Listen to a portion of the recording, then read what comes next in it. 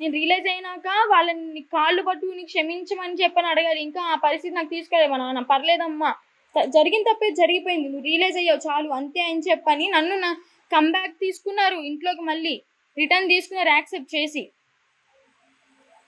నీ తల్లిదండ్రుల గురించి నీ గురించి ఆలోచిస్తున్నావు కానీ మోసం చేసిన నా గురించి ఎందుకు ఆలోచించట్లేదు? మాట్లాడే ముందు కొంచెం కామన్ సెన్స్ ఆలోచించి మాట్లాడు. అల్లూరి శ్రీనివాస్ నీకే చెప్తుంది. మోసం చేసింది నువ్వురా, మోసపోయింది నేనురా. జనాలు ఎలా అంటే వర్షిణియే ట్రాప్ చేసిన డబ్బు కోసం అఘోరితో వెళ్ళింది అని చెప్పాను అంటున్నా. అసలు నీ లైఫ్లోకి నేను వచ్చానా, నా లైఫ్లోకి నువ్వు వచ్చావా? బయటకు వచ్చి మాట్లాడు, నిజాలు మాట్లాడు. నిజాలు మాట్లాడితే చెప్పు తీసుకుని కొడతా అని చెప్పి భయపడుతున్నావా? నేను నీలాగా భయపడే రకం అయితే కాదు, ఇంట్లో కూర్చుని మూల కూర్చుని ఏడ్చే రకం అసలే కాదు.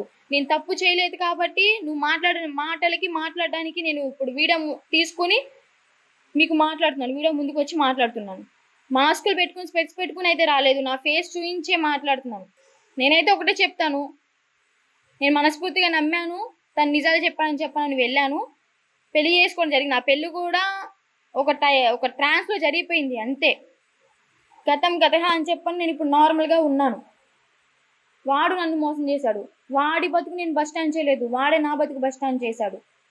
అర్థమవుతుందా? నా తల్లిదండ్రుల బతుకు కూడా బస్ స్టాండ్ చేశాడు. ఇంకోసారి కామెంట్స్ చేసేవాళ్ళు కూడా కొంచెం సెన్స్ పెట్టి ఆలోచించి కామెంట్ చేస్తారని చెప్పని అర్థం చేసుకుంటున్నాను. కొంచెం మర్యాదగా మాట్లాడండి. మీరు నాకు సపోర్ట్ చేయకపోయినా పర్లేదు, తిడితే తిట్టండి కానీ మరీ అంత ఘోరంగా తిట్టకండి. అర్థమైందా? నాకు ఒక మనసు ఉంటుంది, ఆ మనసు హట్ అయిందంటే పరిణామాలు వేరేలా ఉంటాయి. సపోర్ట్ చేయాల్సింది పోయి మీరే ఇలా మాట్లాడుతున్నారు.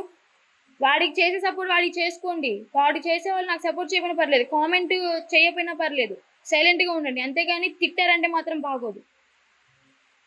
నిజాలు చెప్తుంటే చేదుగానే ఉంటాయి మీకు.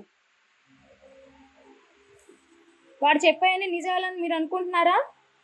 అలా అయితే ఫేస్ టు ఫేస్ రమ్మని చెప్పండి, మాట్లాడుకుందాం, ఎదురు మాట్లాడుకుంటాం. రమ్మని చెప్పండి వాడిని, ఏవి నిజాలు ఏవి అబద్ధాలు అప్పుడు వాడి నోటి నుంచి కక్కిపిస్తా నేను. ఇంకోసారి అల్లూరి శ్రీనివాస్ నువ్వు నా జోలికి వస్తే మాత్రం నా గురించి మీడియాలో చండాలంగా మాట్లాడి నా ఫ్యామిలీ గురించి మాట్లాడినా కూడా నీకు మర్యాదగా ఉండదు. అందరినీ అంటావు కదా అంగం కోస్తా అని చెప్పని, అదే అంగం నీకు లేకపోయినా కానీ ఉన్నదాన్ని పచ్చడి చేసి పంపిస్తాయేమనుకున్నావు.